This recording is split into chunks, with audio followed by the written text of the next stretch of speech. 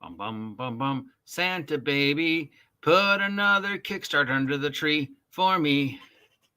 I've been an awfully good OG. Santa baby, please hurry and give me some crowdfunding. Ba-da-da-da-da-da. What's up, all my reindeer, Dasher, Dancer, Donner, and Stupid? It is I, your favorite idiot, the OGGM, coming to you live from the North Pole on this, the 13th day of December 2023. It's Wednesday. It's time to head on over to our favorite Kickstarter sites and see what Kickstarts are coming to an end and if any of these are worth our time and effort and money. It's a small list today, not surprisingly. The year is not ending well for the tabletop role-playing game community, and we're seeing a lot less product coming out than we might have seen this time last year, because it's amazing how much the world has changed in just a year. We didn't start the fire. Yeah, it's just should be no surprise to you by the cover right there, what I'm, my one choice. But let's take a look. And as always, this is just my opinion. If there's something on here that you think you want to back it, go ahead. Links are down below. And of course, as always, thanks to ENWorld for providing these for me. First off, from Eldermancy and Ghostfire Gaming, we have this. Look at this. She doesn't have enough tat going on in this picture. She probably also needs at least an eye patch, maybe. Whatever. We have The Seeker's Guide to Enchanting Emporiums for, not surprisingly, 5th edition. This is a source book.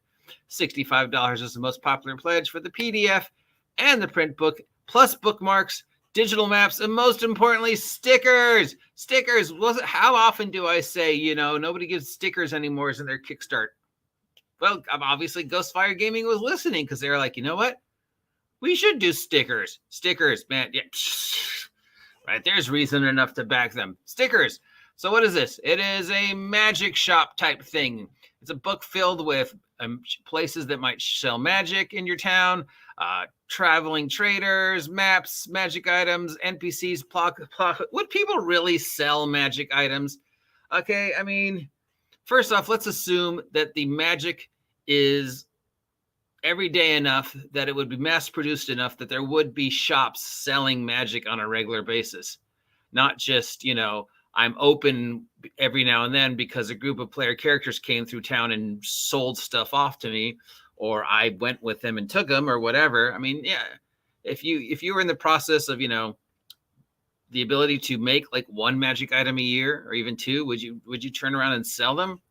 Unless they were assuming that there is some sort of process that mass-produced low-level magic items are made on a regular basis. I mean, where did all those +1 swords and rings of protection +1 come from? You could outfit an entire army of them. So, I don't know, just magic shops never really made sense to me. And if they did make sense, they would have like two things. How often is somebody going to get their hands on a magic item and just go, sell it?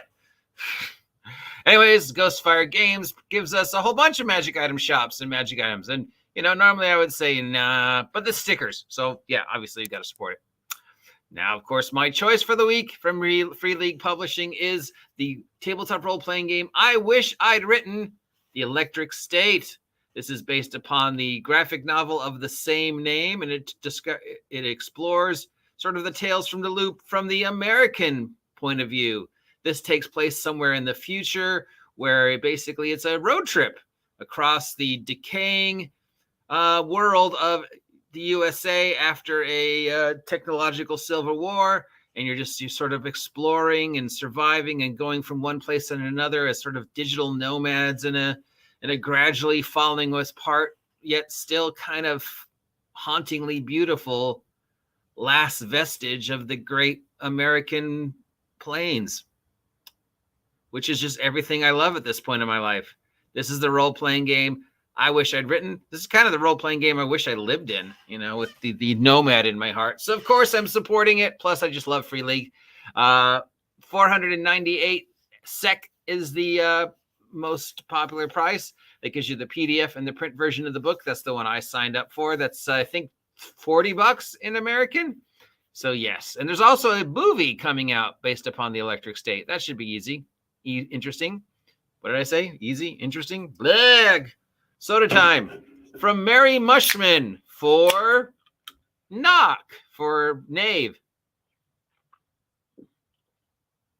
We have Knock issue number 4. This is a source book for Nave and other OSR type retro clones, filled with all sorts of stuff for the OSR.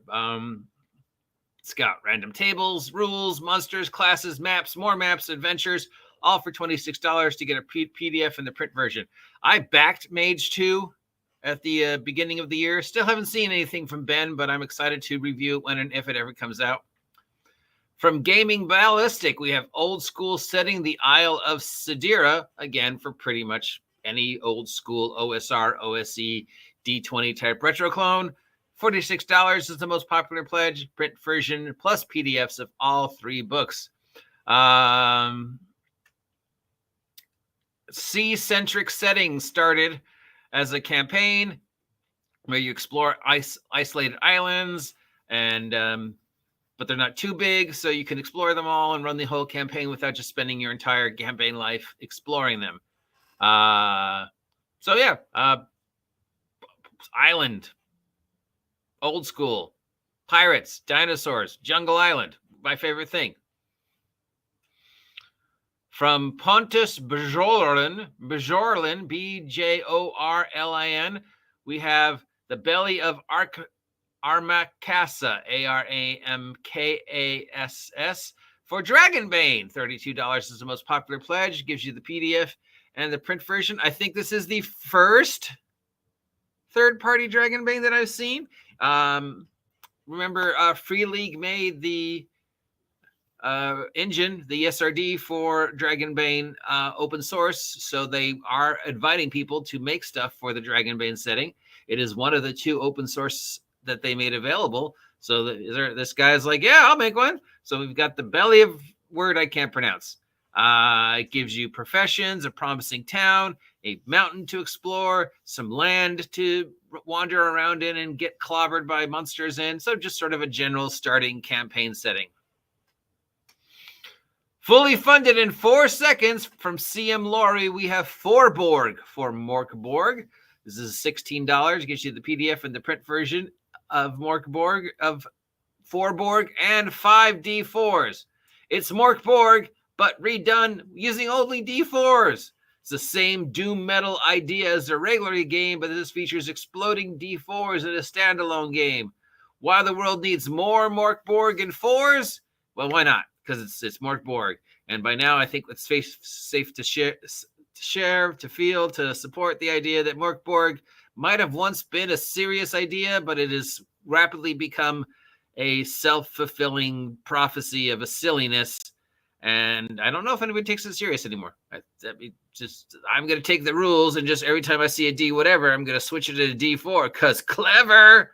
Like, I want 6 D4s lying around my house. That's 6 chances that I'm going to step on one of those. Maps. The laid-back Dungeon Master brings us Maps Your Party Will Die For. City. It's a DM workbook of maps. This is system-neutral, just generic maps, PDF and POD discount versions available. You can have a whole bunch of city maps that you can mix and match to interconnect to make one big city or a whole bunch of little cities. It's got rivers and ports. So just basically, it's a jigsaw puzzle of maps. And then you can fit them all together in any way you want to make one huge city or a couple smaller cities. So yeah, maps. Who doesn't love maps? Unfortunately, it's PDF and POD maps, so you still got to print them out. From False Machine, we have The Gackling Moon. This is $19 for the print version of the book. It's a system-neutral campaign setting featuring a world where the phases of the moon affects the magic, and it's got obviously a lot of illustrations and art, and so it's another art punk fantasy world about wild magic based upon the phases of the moon, which actually is a cool idea. I don't know, is that new? Has anybody ever done that before? Some magic is strong in the full moon, but weak when there's no moon.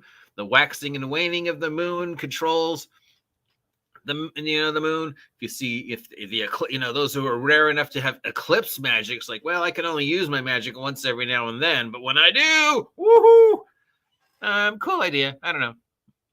And And that's it. That is literally it. Thank you, ENWorld, as always, for providing these links for us. Obviously, this is my vote for the week, but don't listen to me. Make up your own minds.